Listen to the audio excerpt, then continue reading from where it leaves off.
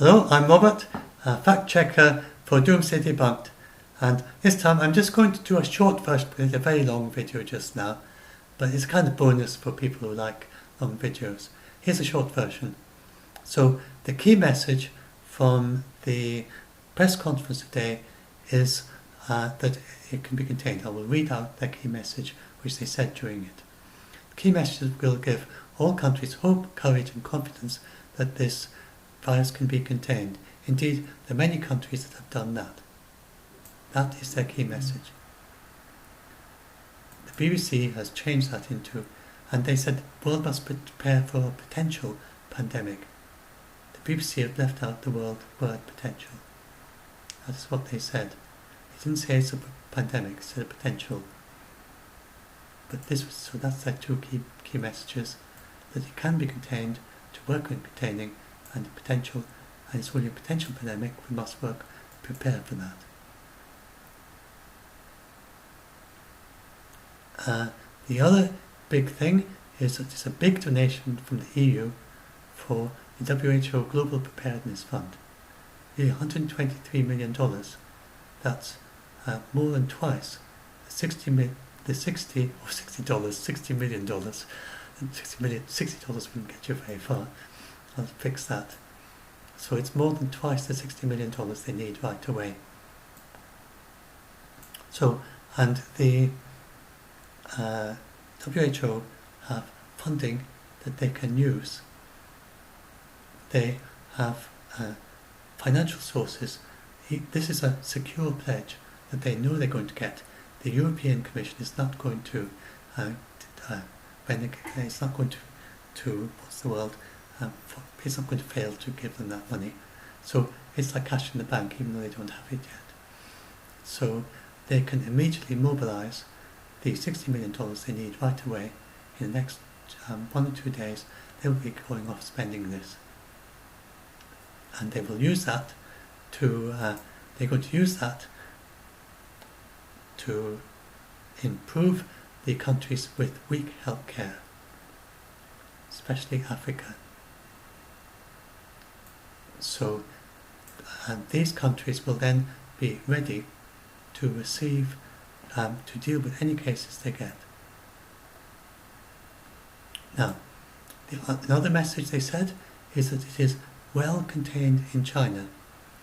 They have a team from the WHO has been in China, and they have been looking at it on the ground in Wuhan and in the other parts of China. They're not speculating from the distance, they're looking at it on the ground, being shown around everywhere, and looking at all the data.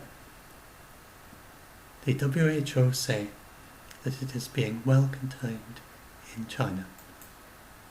You can see that in this graph. You can see if it was an epidemic it would go like that. It's flattening off. And that's not deceptive, that is what is happening there. This gives great hope to the rest of the world. It shows it can be contained. Now, if it was the flu and it had reached 79,000 confirmed cases, it would be a pandemic already. The flu can't be contained once you get to those numbers. This can. That is why they're not declaring it a pandemic. There are 4 places of concern. There's Africa, of course, and generally the weaker countries, but there are no cases there yet. There are 3 other cases of concern. So now most cases are being contained. Look, for instance, at Singapore. 89 cases confirmed, 51 recovered, 38 left. We've still got it. Singapore has contained it, even though it got quite a few cases. The Diamond Princess, there are no 600 cases, but still they're pretty much contained. The South Korea is a concern. It's got, so 3 places of concern, South Korea, 833. Now, I explained why in the longer video. I just want to explain quickly. You can expect South Korea to go up to well over 1,000, 1,600 would be no surprise. Now, if a country contains it, and they put very strict containment in place, then you can expect the cases to keep on going up for another 3 days, probably double after that, just from the people who've got it already. Then they won't show symptoms. Half of them then will show symptoms up to 3 days later, and then another half of the ones who've been infected will not be found, and for another 14 days, even if it's been totally contained. So South Korea is almost at that first doubling, 833. It may well go up to 1,600. This is a very, very rough way of guessing where it's going to go. I'm not predicting, I'm just guessing, and I'm not saying this as a prediction.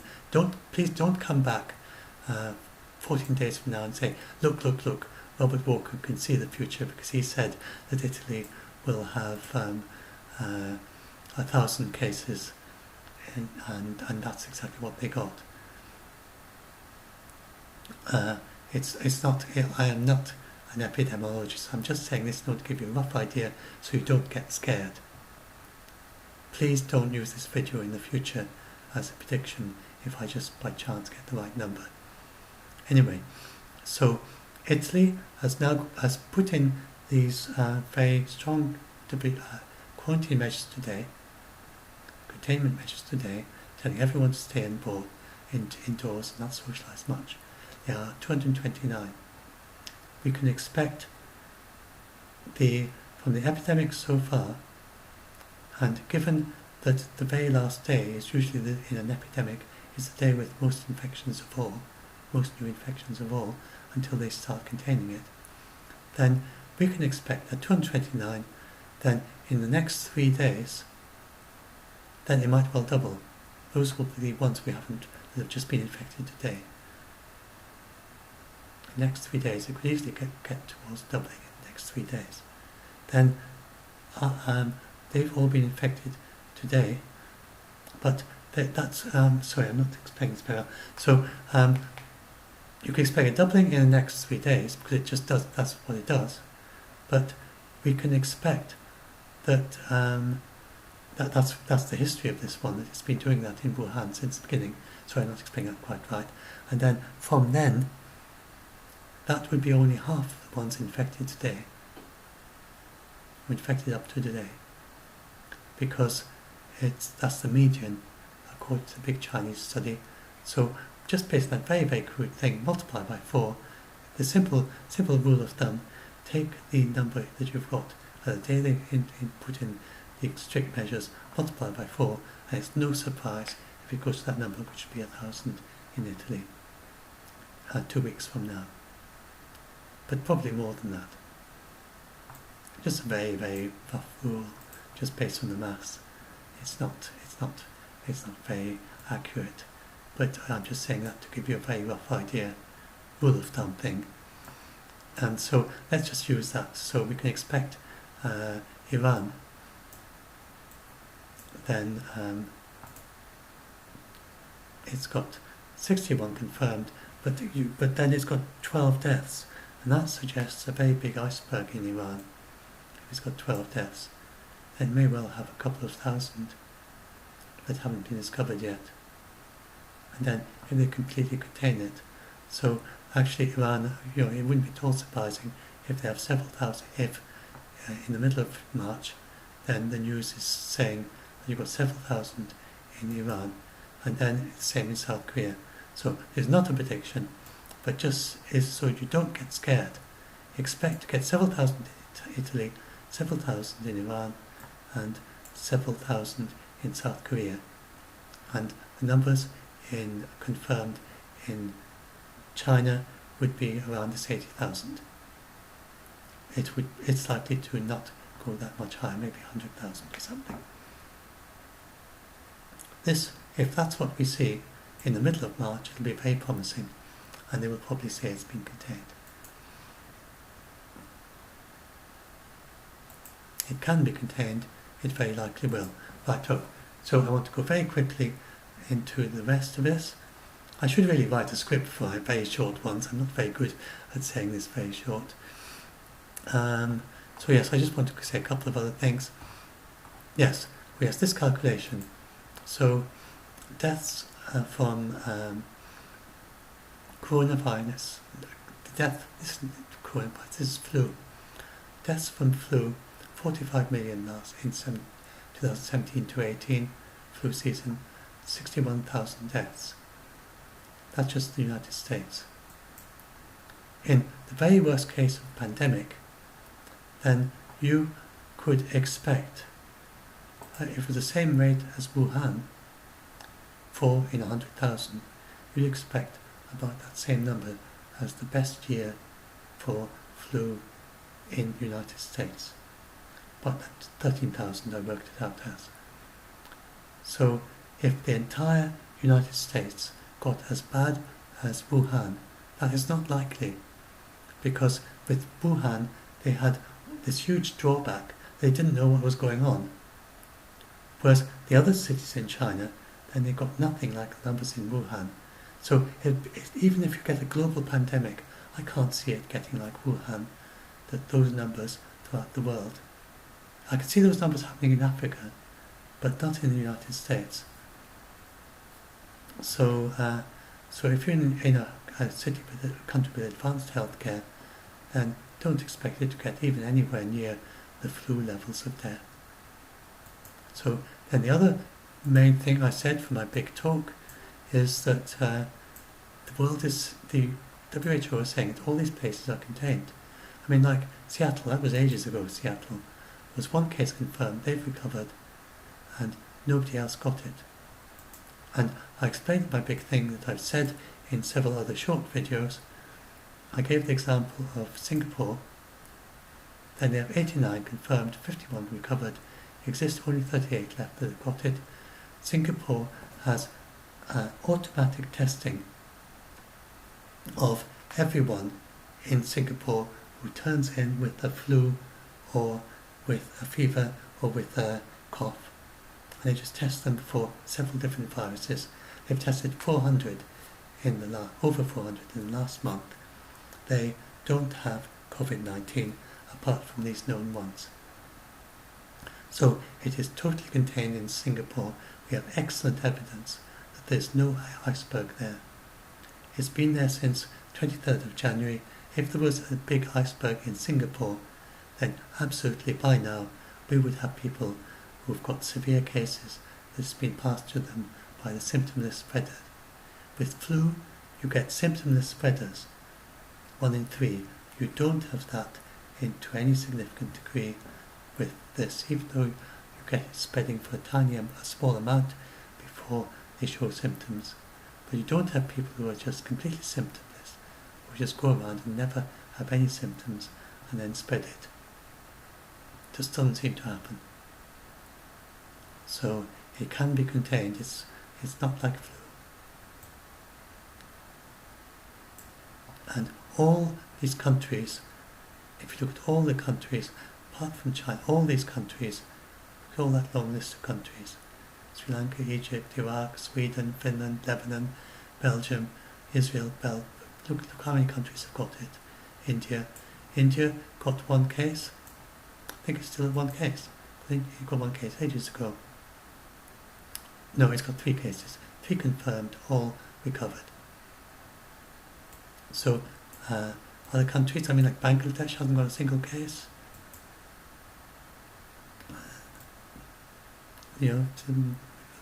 Russia, has Russia got any cases? Yes, Russia's got a few, not very many. 2 cases, both recovered. All of Russia, only 2 cases. So it's not spreading like wildfire, it's not spreading hardly at all. Most countries are containing it very easily. UK is one of the large numbers. Let's look at UK figures.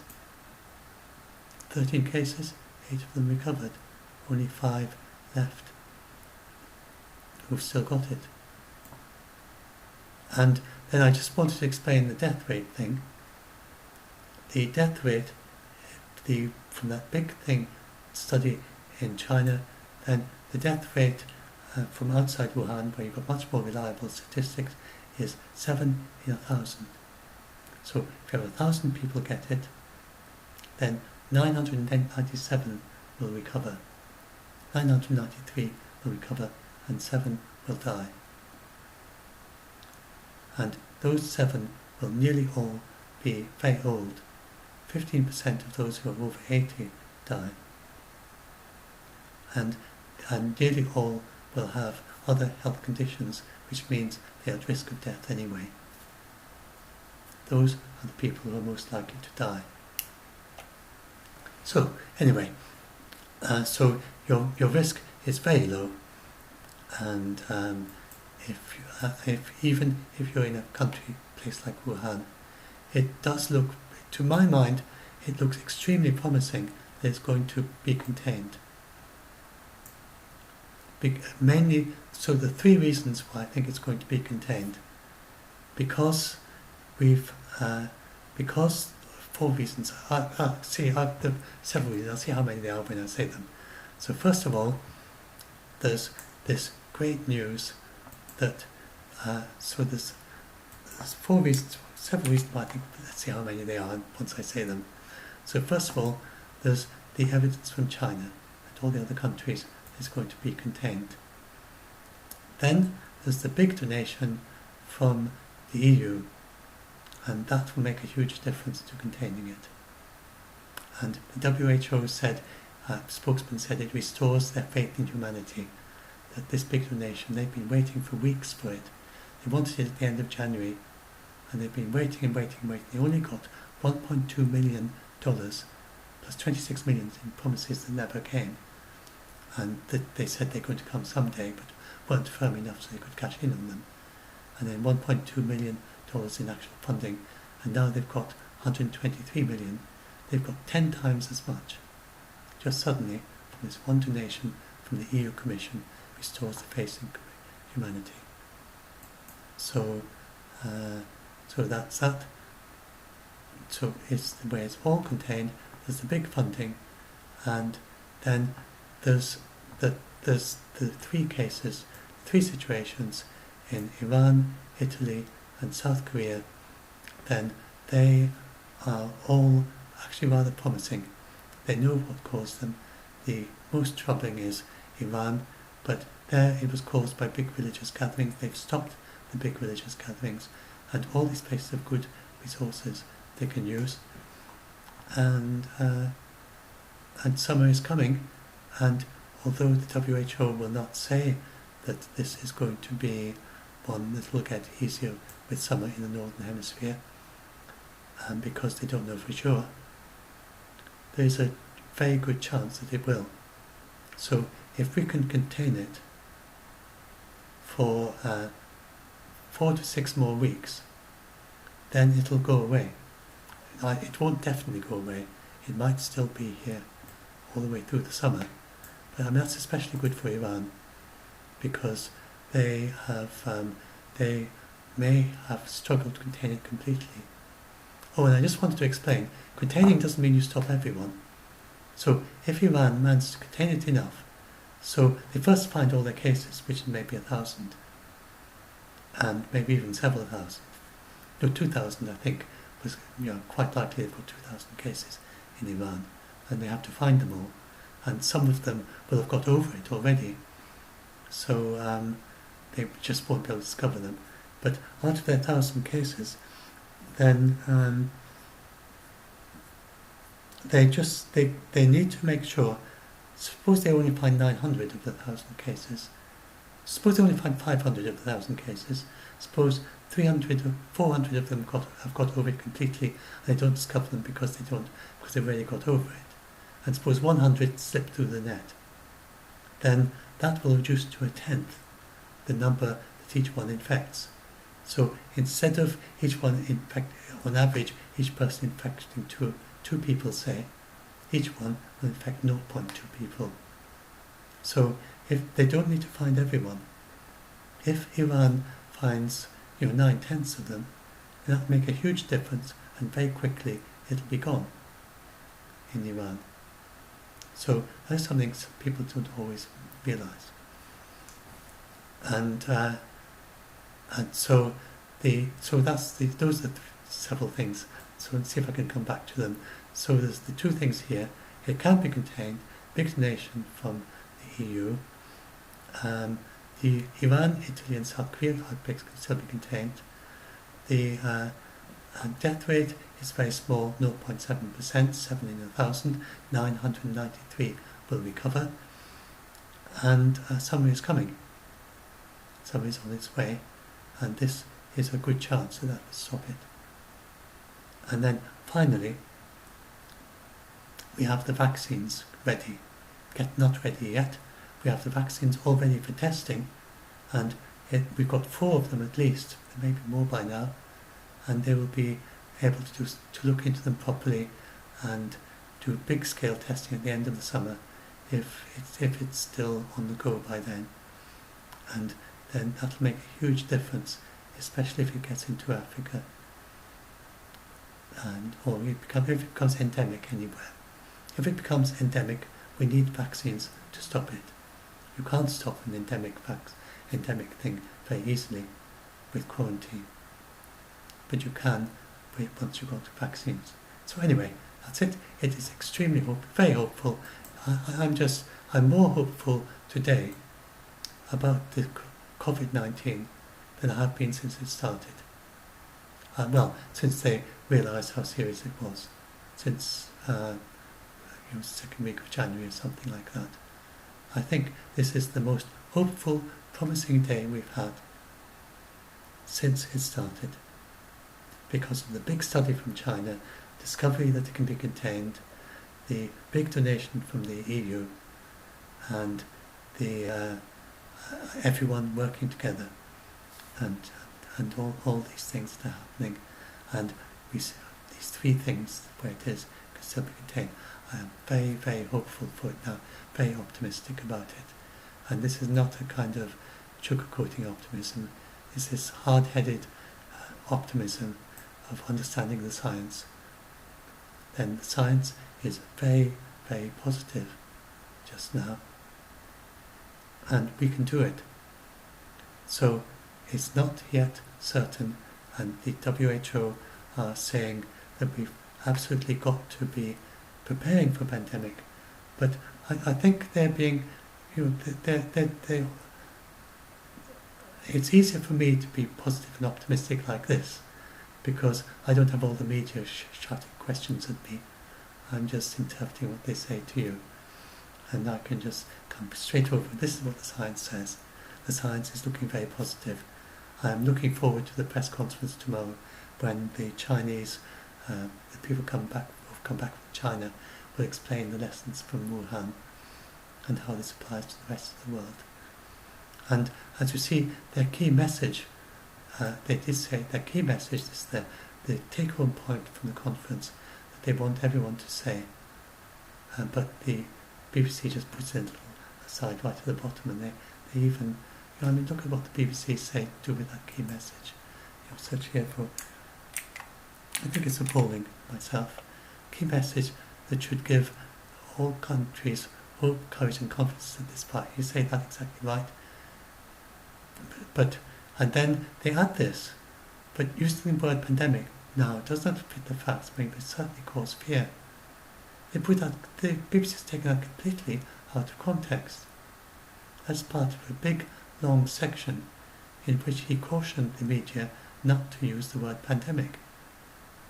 But the BBC have put that in there in such a way as to cause fear by using a quote from the WHO. I mean, it's really bad. And then, but Mike Ryan said now was the time to do everything you would do to prepare for a pandemic.